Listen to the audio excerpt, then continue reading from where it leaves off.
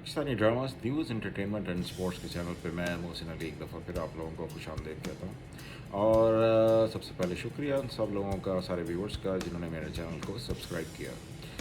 और जिन लोगों ने सब्सक्राइब नहीं किया, प्लीज़ मैं रिक्वेस्ट करता हूँ कि आप लोग भी मेरे चैनल को जल्द से जल्द सब्सक्राइब करें ताकि नए आने वाले वीडियोज़ आप लोगों को बर वक्त मिल सकें।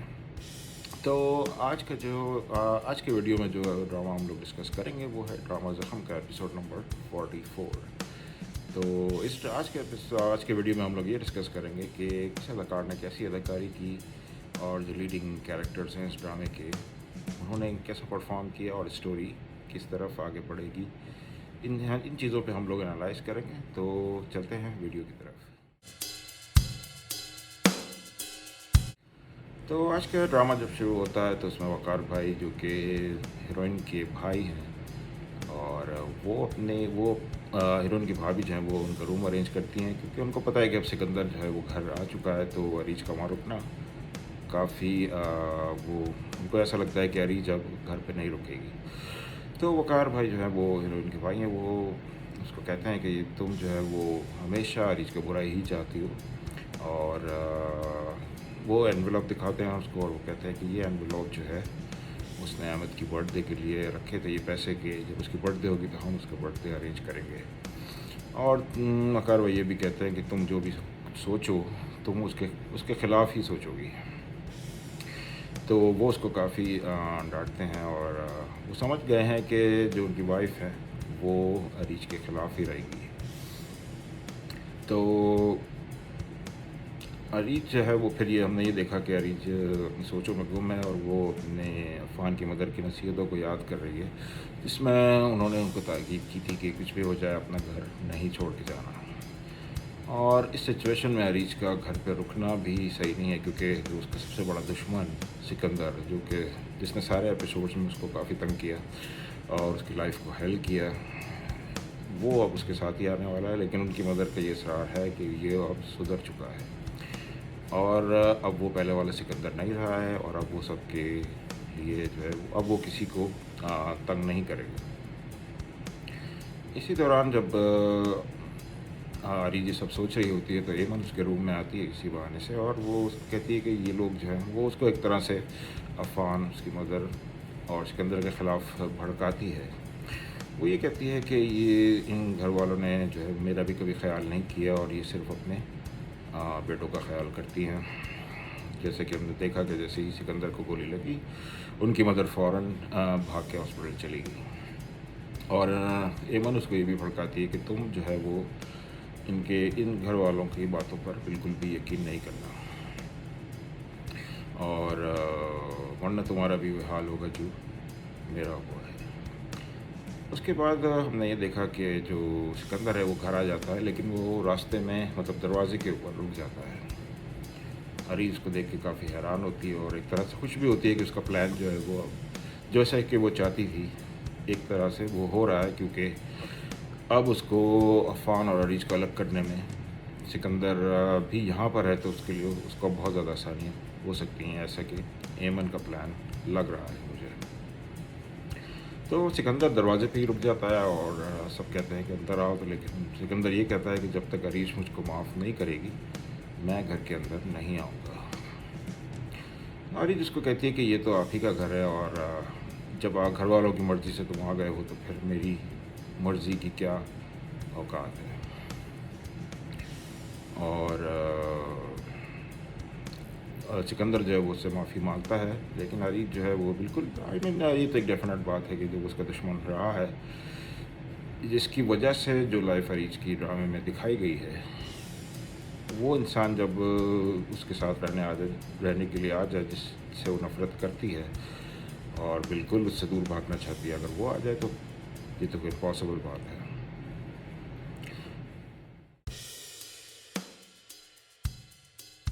तो अगले सीन में फिर हमने ये देखा कि सिकंदर अपनी मदर से बात कर रहा है और उसकी मदर उसको कहती हैं कि अगर तुम्हारी नीयत साफ़ है तो सब कुछ ठीक होगा, और अगर कोई तुमसे यहाँ आने के लिए सवाल करे कि तुम यहाँ, या तुमसे जाने के लिए कहे, तो तुम्हें जो है वो उसके जवाब पे वो होंगी। तो यानी कि इस पॉइंट पे वो तो बिल्कुल 100% कन्विंस हो चुकी हैं कि सिकंदर साहब जो हैं वो अब बिल्कुल सुधर चुके हैं। और जिस तरह पहले सिकंदर ने सबकी लाइफ को हेल्प किया, तो वो अब मज़ीद इस काम को कंटिन्यू नहीं करेंगे। तो उनकी मदर तो इस बारे में काफ़ी ज़्यादा कन्विंस है। तो फिर हमने ये देखा कि सिकंदर अफ़ान के कमरे में भी जाता है और फिर उसके बाद वो फ़ोन पे बात करता है और वो कहता है कि मैं बहुत बुरा इंसान हूँ और मैंने जितनी भी गलतियाँ की हैं उसकी मुझे सज़ा मिलनी चाहिए। और उसके बाद वो ये भी कहता है कि मैं तो ऐसी एक्टिंग कर रहा था।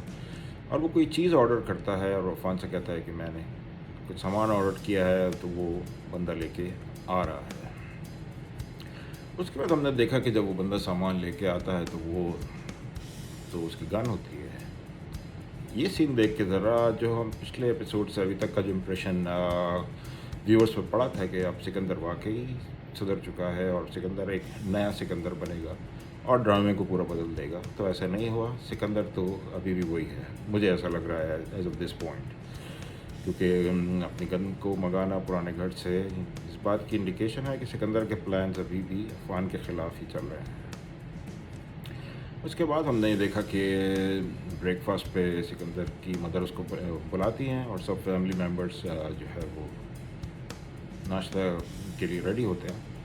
तो जैसे ही सिकंदर उसको सैंडविच देता है अरीश को, तो वो भी उठ के चली जाती है, क्योंकि अरीश तो बिल्कुल खुश नहीं है और वो ना ही अफ़ान खुश है इस बात से कि सिकंदर जो है वो घर के अंदर रहे।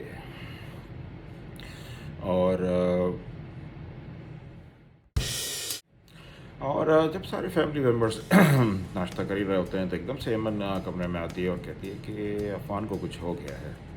फिर देखा कि अफ़ान जो है अपने ज़ख़म की पट्टी है वो उसको हटा रहा होता है, उसमें से सारी ब्लीडिंग वगैरह हो रही होती है। और वो कहता है कि मैंने तो बस पट्टी खोलने के लिए, देखने के लिए अपना ज़ख़म पट्टी खोली थी, लेकिन ये ब्लीड कर गया। तो ये बड़ा अजीब सा सीन था। आई मीन एक पहले उसने जो है वो अपनी गन मंगाई, चलो ये तो उसकी इंडिकेशंस थी, लेकिन ये सीन और अब फिर अपना ज़ख़म जो उसने ओपन किया तो वो बड़ा अजीब लगा।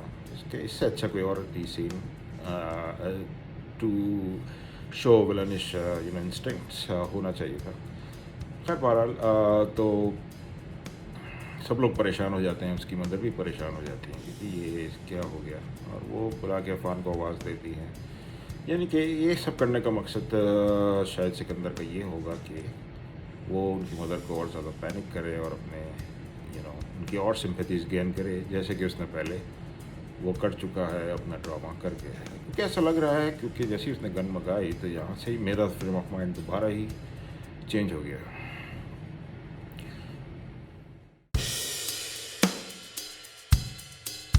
और इस एपिसोड में हमने ये भी देखा कि जो हीरोइन के भाई हैं, वकार भाई, वो भी अफ़ान से कहते हैं कि क्या तुम्हें यकीन है कि वाकई सिकंदर सुधर चुका है, क्योंकि अरीश की फ्रेंड के कत्ल में भी अफ़ान का ही हाथ है। तो वकार का भाई बाकी लोगों की तरह वो भी कन्विंस नहीं है कि सिकंदर सुधर चुका है। और जैसा कि हमने देखा कि सिकंदर तो एमन के साथ मिलकर अभी नई प्लानिंग करने के